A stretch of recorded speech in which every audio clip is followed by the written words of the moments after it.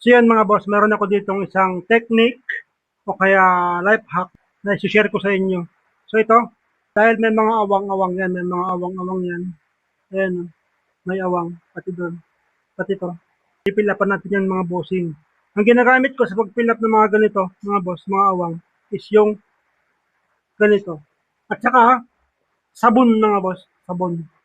Powder na soap. So yun lang mga boss, kahit anong klaseng ano yan, kahit anong klaseng awang yan, kaya ng ganito.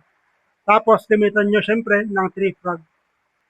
First na gagawin ninyo, lalagyan nyo lang yan. Huwag nyo munang pupunuin mga bossing.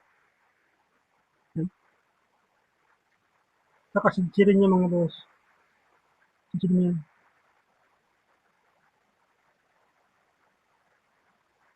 Saka nyo lagyan ng ganito. So saglit lang naman tumigas ito.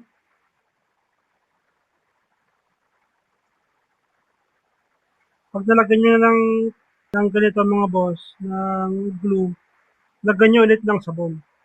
Sabon lang ginagamit ko mga boss sa mga ganitong project. Yan. Sa pangalawa, sidsirin nyo ulit. Kahit anong sabon yan mga boss, pwede yan.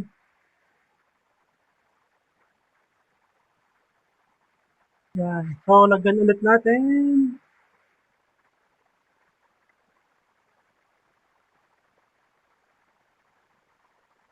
Kapag ito tumigas mga boss, hindi mo na matatanggal ito.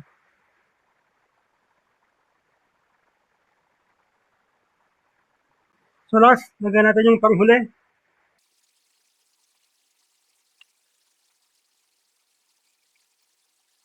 Antayin lang natin na tumigas mga boss. So yan, malapit na siyang tumigas. Matigas na siya actually, matigas na siya. Pero basa-basa pa ng konti. Kaya patikasin pa natin ng konti. Ito na mga boss, hindi ko pa nakakamitan ng grinder yan. Pero tignan nyo, solid na siya mga boss. Isang part na lang ang nilinisan ko. So yan mga boss, almost perfect na siya.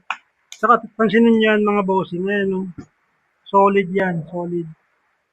Hindi na yan matatanggal mga boss. Subok ko na yan. Kapag kasi sabon mga boss, tapos sinaluan mo ng ganito, strong glue, parang rubberized na siya. Yung dikit niya, hindi mo na matanggal yung sa pagkakadikit. So, last na gawin natin, lagyan natin ng sanding para mabalik sa dati yung kulay niya.